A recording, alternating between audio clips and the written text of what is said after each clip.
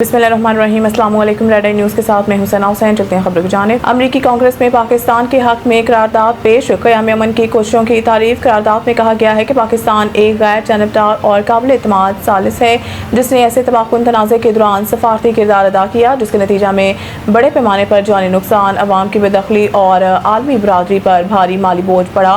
अमरीकी कांग्रेस के रुकन अल ग्रीन ने कहा है कि जानी नुकसान और शदीद इंसानी तकलीफ के माहौल में इन अनासर को तस्लीम करना ज़रूरी है जो अमन के लिए काम कर रहे हैं। उन्होंने कहा है कि पाकिस्तान का गैर जानबदार शराकतदार के तौर पर किरदार इस बात की याद दहानी है कि सफारतकारी अब भी आगे बढ़ने का सबसे मौसर रास्ता है। अल ग्रीन ने मज़ीद कहा है कि इन कोशिशों को सराह कर हम तबाही के बजाय मुज़ाकरात को तरजीह देने और इस तनाज़ा से मुतासिर बेगुनाह जानों के तहफ़्फ़ुज़ की अज़म का इरादा करते हैं।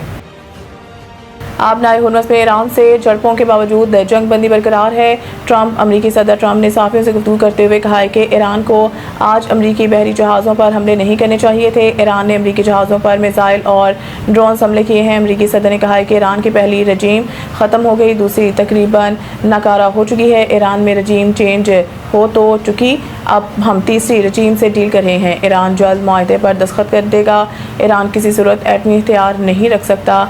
इलावाज़ीन ट्रंप ने एक बार फिर तारीफ़ करते हुए कहा है कि पाकिस्तान शानदार मुल्क है। पाकिस्तान के वज़ीर आज़म और फील्ड मार्शल शानदार शख्सियात हैं। इससे कबल अमरीकी सदर ट्रंप ने social media platform truth social पर बयान जारी करते हुए कहा था कि अमेरिका के 3 डिस्ट्रॉयर बहरी जहाज़ आबनाए हुर्मुज़ पार कर गए। इन बहरी जहाज़ों पर ईरान की जानिब से हमला भी किया गया मगर इन्हें कोई नुकसान नहीं पहुंचा। दूसरी तरफ अमरीकी सेंट्रल कमांडर ने ईरान के जजीरा कशम और बंदरगाह बंदर अब्बास पर हमले की तस्दीक कर दी और दावा किया कि अमरीकी फ़ौज ने ईरान की जानिब से बिलाइश्तिहाल हमले का ज़ाती दिफा में जवाब दिया है। अमरीकी सेनेट कॉम के मुताबिक अमरीकी फ़ौज ने खतरे को ख़त्म किया और हमले की ज़िम्मेदार ईरानी तनसीबात को निशाना बनाया। इन तनसीबात में ईरान की मिसाइल और ड्रोन लॉन्चिंग तनसीबात शामिल थी।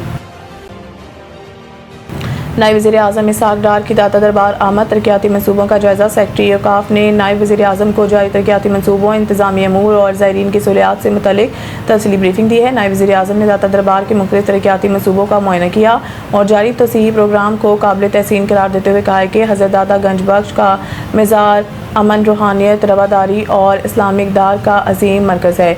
उन्होंने दरबार शरीफ में इंफ्रास्ट्रक्चर, सफाई, सिक्योरिटी, रश मैनेजमेंट और अवामी सहूलियात में बेहतरी को हुकूमत के अज़म का मज़हर करार दिया है। डॉक्टर एहसान भट्टा ने इस मौके पर कहा है कि दाता दरबार मेगा प्रोजेक्ट को बरवक्त मुकम्मल किया जाएगा ताकि ज़ायरीन को मज़ीद बेहतर सहूलियात फराहम की जा सकें। दौरे के दौरान XEN CNW Muhammad Isa, Fahad Naveed, general manager NESPAK, Adil Naseer, XEN औक़ाफ़ कैसर में मुनीर और दाता दरबार इंतज़ामिया के दीगर अफसरान भी मौजूद थे। वज़ीर आज़म अपना घर प्रोग्राम। 1845 अफराद को 5 अरब से ज़ायद कर्ज़े फराहम कर दिए गए। कौमी असम्बली के कायमा कमेटी ख़जाना को बताया गया है कि आइंदा 4 बरसों में 5 लाख घरों की तामीर के लिए रायती कर्ज़े फराहम किए जाएंगे। इस हिस्सा में मसूल होने वाली 25,304 दरख्वास्तों में 8,990 दरख्वास्तें मंजूर हो चुकी हैं जिनके कर्ज़ों की मालियत 37 अरब रुपये से ज़ायद है।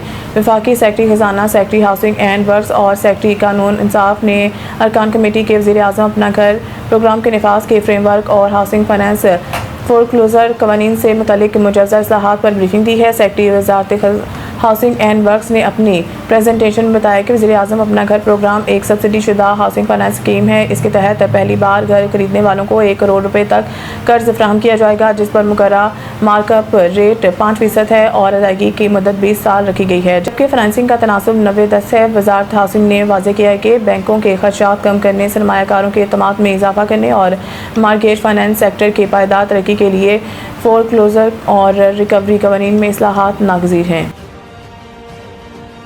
बांग्लादेश के खिलाफ टेस्ट में अज़ान अवैस और अब्दुल्ला फजल का डेब्यू कैप मिल गई। ढाका में होने वाले सीरीज़ के पहले टेस्ट मैच में 21 साल अज़ान अवैस को मोहम्मद रिजवान और 23 साल उबैदुल्ला फजल को कप्तान जान मसूद ने टेस्ट कैप दी। बैटर अज़ान अवैस का कहना है कि बचपन में वालिद ने मेरी क्रिकेट की कोचिंग की, ताहम پڑھائی کی وجہ سے کرکٹ کھیلنا چھوڑ دی تھی اور پھر 16 سال کی عمر میں دوبارہ سے کرکٹ کا آغاز کیا۔ ان کا مزید کہنا ہے کہ مختلف مرحلوں میں مختلف کوچز ملتے رہے جس سے میرے کھیل میں نکھار آیا ہے۔ اذان اویس نے بتایا کہ مجھے پرفارمنس کے بعد 2 سے 3 سال کرکٹ نہیں ملی۔ پاکستان اور بنگلہ دیش کے درمیان ٹیسٹ میچ ڈھاکہ کے شیر بنگلہ اسٹیڈیم میں کھیلا جا رہا ہے۔ واضح ہے کہ گھٹنے کی انجری کے باعث بابر اعظم اس میچ کے لیے پاکستان ٹیم کو دستیاب نہیں ہیں۔ مزید نیوز اپڈیٹ کے لیے دیکھتے رہیں ریڈ آئی نیوز۔